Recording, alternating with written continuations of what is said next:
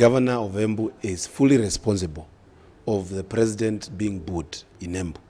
Yeye ndo anafaa kujibu hiyo maswali, kwa sababu rais alikuwa anaendelea na speech yake vizuri sana.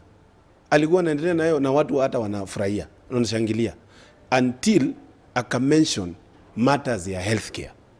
Na healthcare in Embu kwa sababu iko na mashida, na yeye governor mwenyewe alikuwa ameapologize a few days before. Alikuwa amesema pole kwa sababu healthcare ifanye.